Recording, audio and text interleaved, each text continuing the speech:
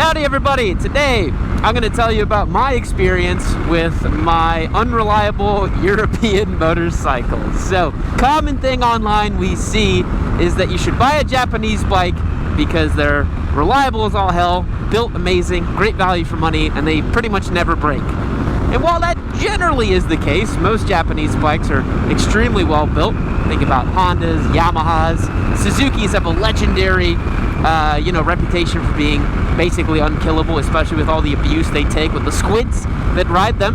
One of the main reasons the Japanese bikes are so reliable is that they use tried and true technology that they develop and iterate over time. Suzuki has some engines in some models currently that have been around for 20 plus years. You think about the K5 inline 4 motor, you can still find a derivation of the K5 engine from the original GSX-R 1000 in new Suzukis being sold today. So, I mean, with that kind of iteration and refinement, of course it's going to be bulletproof reliable. But what if you're like me and you say, no, I want to be a sadomasochist and I want to make sure that I buy unreliable, junky European bikes? Now, the thing I want to say is that this idea that European motorcycles are extremely unreliable and they're always going to break and stuff, it's a bit of an old trope, and I think it dates back to the mid-2000s and forum posts, particularly with Ducati. Before the VW group bought them in 2012, Ducati was basically like a kind of like a backyard, low-volume, bespoke kind of production. A lot of the bikes had issues. A lot of the bikes had some reliability problems. But interestingly enough, Ducati is one of those brands that, in a similar way to Suzuki, has been producing some engines for quite some time, and they've gotten pretty darn good at it. So let's walk through my personal history with European bikes, and you guys tell me what you think about them in terms of them being junky, unreliable. I've owned more European bikes than I've owned Japanese motorcycles. My very first bike was a Yamaha R3, as everybody should know on this channel. The name Yami Noob implies it, right? Little beginner sport bike, got it about 10 years ago, had a lot of fun with it, then upgraded to a Daytona 675, a Triumph. And I ran that bike on the street for I think 26,000 miles, and I didn't really have any issues with it, you know? I took it to the track a few times, had a lot of fun with it. Nothing broke that shouldn't have broken or didn't wear out or anything like that. I have loads of experience with the Daytona because I tracked and raced several of them as well. And I gotta say, that specific platform, maybe it's because it was built as a homologated race bike, that thing's tough as nails, man. I flipped my Daytona several times, I crashed it several times. The motor and frame were always solid, I never had weirdness with it. I had just traditional wear and tear that you'd find on a track bike or a race bike, but nothing too crazy. And the other European bike that I bought was a Ducati Scrambler Desert Sled. Now, that one, like I said, is a kind of a rare example in that because Ducati built them for so long in such a similar way, I found that bike to be also kind of bulletproof reliable. The 2-valve air-cooled Desmo L-twin motor, it's not particularly powerful, it's not in a particularly high state of tune, it's relatively mechanically simple, right? It's air-cooled, it's got 2 valves, it doesn't have a whole lot going on with it, and I found that it worked really, really well. And that's the kind of takeaway I want to tell you guys here, is if you're gonna choose a European motorcycle to ride, like I'm on this Aprilia Touareg 660, I picked this up last year as a collaboration with Aprilia. The thing you want to do is if it's a brand new platform, even a Japanese bike, if it's a brand new platform, wait a year or two, see how it goes. See if there is, any teething issues, see if there's any problems with the motor, because really it's the rotating parts that want to break, right? It's usually the spinny stuff that's bathed in oil that breaks or has issues or something happens. We've seen that with the KTM products, right? The whole camshaft issues.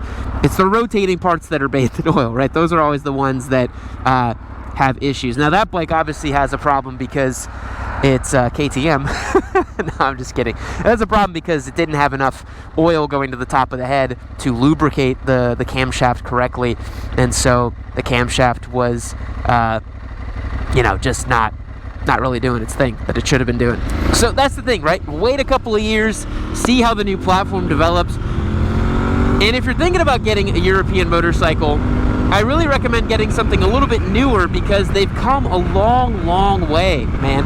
I've had the chance to own and ride several Ducatis from the mid-2000s, and obviously the brand new stuff, right? It is honestly shocking how far that they've come. I mean, you look at Ducati's record in MotoGP right now, and it kind of tells the whole story, right? Where you have this brand that committed to racing, and committed to winning, and committed to making things better, got bought by the VW group, and ultimately became a pretty darn good manufacturer, right? They sell a lot of bikes at a big volume now, and they make some of the best, spiciest, top-shelf racing stuff that you could buy. But seriously, if you were to take like a 1098 and then you ride a brand new Panigale, it's insane how much progress was made in the last 15, 20 years or so. I mean, it truly is spectacular what those motorcycles can do now, and the fact that they run relatively reliably, you know? But peace of mind's always going to be important, you know? If peace of mind is one of the things you really value, then maybe don't get a European bike, right? Because you're always going to think a little bit in the back of your mind, like, oh, what's going to happen with this thing? Is it going to work correctly? Am I going to have issues with it? And that's actually something that I heard about on, we got a little bit of gravel and wet there. That's actually something that I thought about the other day because I was at the dealership and I was telling this guy I know there about how I've got a Touareg right now.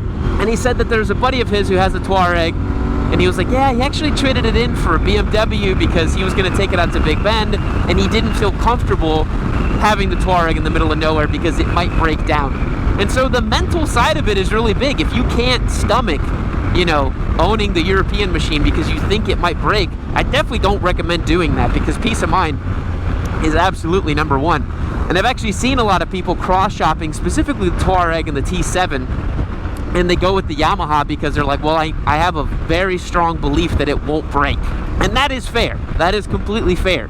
But I think the more time that passes, the more we see the European manufacturers taking risks, building new stuff, trying new stuff, and QC has to improve over time. In order for you to be competitive in whatever market you're trying to be in, QC has to come up. We're seeing this with the Chinese bikes now too. It's not just European bikes. You know, Chinese bikes 10 years ago were a joke, right? They were a total joke. They were these bikes that were clone engines of other things, and they didn't work right, and they were super junky, and anybody buying a Chinese bike would have been laughed at, you know?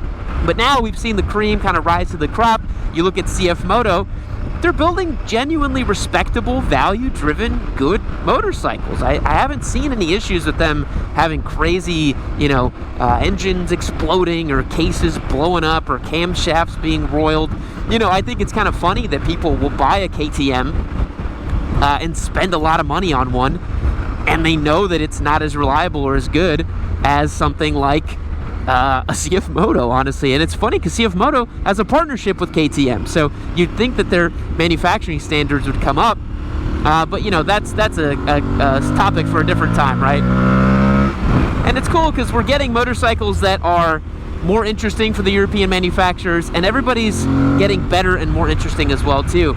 You know, the kind of 270-degree CP2 that Yamaha does versus this Aprilia 660, they're both really good. They just have slightly different characters and flavors. You know, this motorcycle has a really lovely induction noise, and for a long time you'd have to say, oh, the Japanese bikes just don't have the same joie de vivre, you know?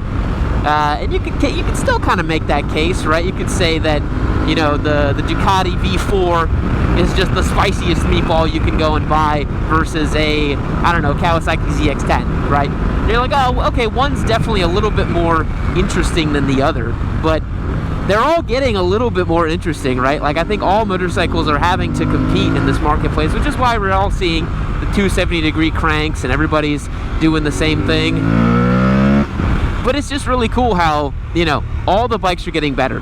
And that's the other point I wanted to make today, is that, you know, a lot of the times people in reviews, they want to see that it's like, oh, there's got to be something wrong with this bike. There's got to be something that doesn't work with this motorcycle. And honestly, new bikes nowadays are all really, really good.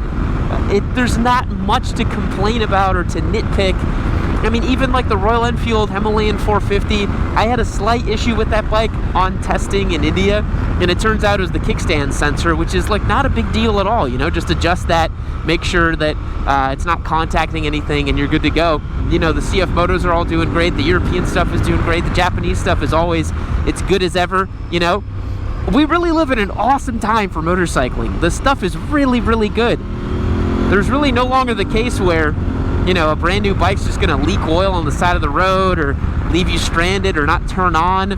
But you gotta pick the right brands. Like I said, you know, if you go with the Ducati or an Aprilia, you're gonna have a really good experience, honestly. You're gonna have a really good experience. The bike is probably gonna work really, really well. It's probably not gonna do anything that strange. If you go with something lower volume or something kind of oddball Chinese, you may have issues, right? If you go with an MV Agusta, you might have some issues, right? If you go with the Benelli, Italian-Chinese partnership, you may have some issues, right? So that's something that I want you guys to keep in mind, you know. The manufacturers are not all made equally. If you go Euro, it doesn't mean that you're gonna have some bad experience or a weird experience in general. You know, Triumph has, oh my God, Triumph has made so many leaps and bounds. We talked about this in our video describing how defunct brands are coming back. I mean, Triumph was a joke in the 80s, a complete joke, and honestly, it could have very easily gone the way of the dodo. But, you know, they really focused on their R&D, they focused on their manufacturing, made things a whole lot better than they used to be, and now we have a full-line manufacturer out of the UK, which is really cool. And their stuff works really damn well. One thing I find really interesting is the proliferation of information online and the way that it kind of disseminates, and, you know, the reputation of a brand can be so quickly tarnished online nowadays if there's issues. I feel like back in the day, if you were to have issues with an Aprilia or a KTM or a Ducati or a BMW, whatever it might be, you know, that information didn't get disseminated as much. Now, you know, for example, like the KTM camshaft saga, I mean, everybody now associates KTM with junky street bikes that don't work correctly and a company that is, you know, obfuscating the fact. The information spreads so quickly and it becomes this kind of viral meme that takes over, and that's what people associate the brand with, and there's like nothing you can do after a certain point. That's why I think brands have to be really, really careful. If they have a manufacturing slip-up, if they have something that goes wrong, you gotta take care of the customers, man, because these customers are gonna make viral clickbaity content on YouTube.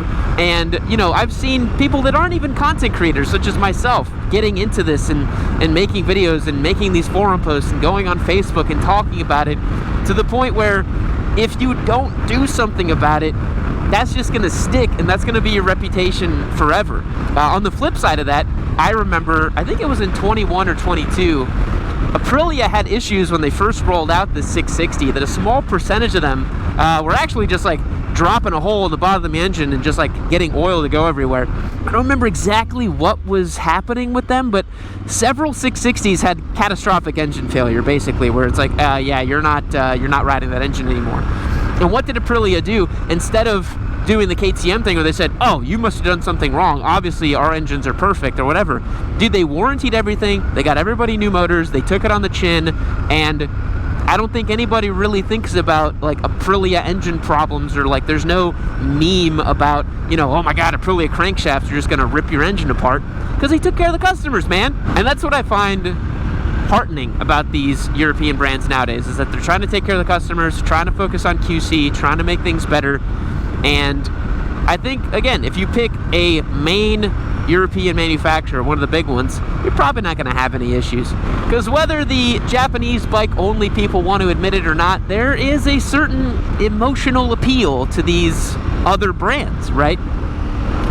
I think that there is just something a little bit different about the Ducatis, the Aprilias, the Triumphs, even the KTMs to an extent. They have a totally different vibe and style. They don't have that like raw sex appeal that an Italian motorcycle has. But, you know, there's something just different. When you ride a Ducati versus a Japanese bike, it just has a little bit something different. It's neither good nor bad. It just is a different vibe and experience. I really love, for example, when I ride a Japanese bike, just thinking about the history and legacy of these companies. You know, you ride a Honda, a Yamaha, you think about race-winning pedigree, you think about, you know, commitment to building stuff that's really, really solid, especially in Honda's case, where they're like meticulous and fastidiously making the best motorcycles they can possibly make.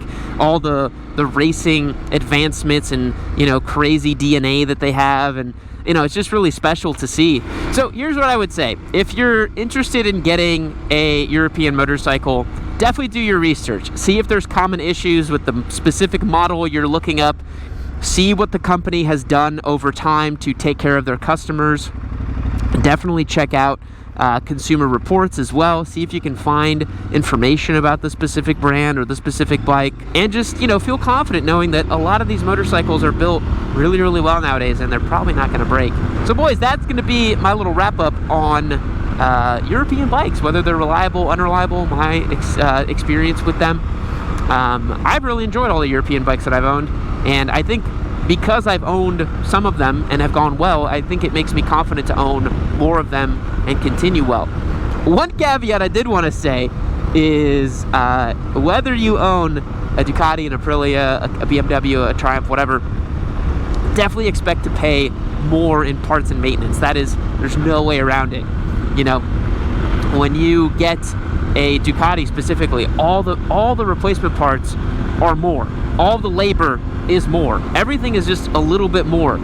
You know, it reminds me of Porsche, where, you know, you go to replace one small thing and you're like, how the hell is this one part so much money? I've owned 2 different Porsches, and I'm like, dude, why?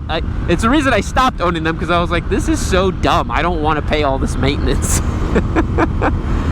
So anyways, boys, I hope you enjoyed today's video. I hope you appreciated it. Let me know down below what you think about European motorcycles, whether you own one, whether you've owned one, whether you're a Japanese bike only kind of guy, whether you're willing to take a chance on these new Chinese motorcycles as well too. Let me know. Always love starting the discussion here on the channel. Appreciate all the support. Subscribe if you haven't yet, and I'll catch you on the next one. See you later.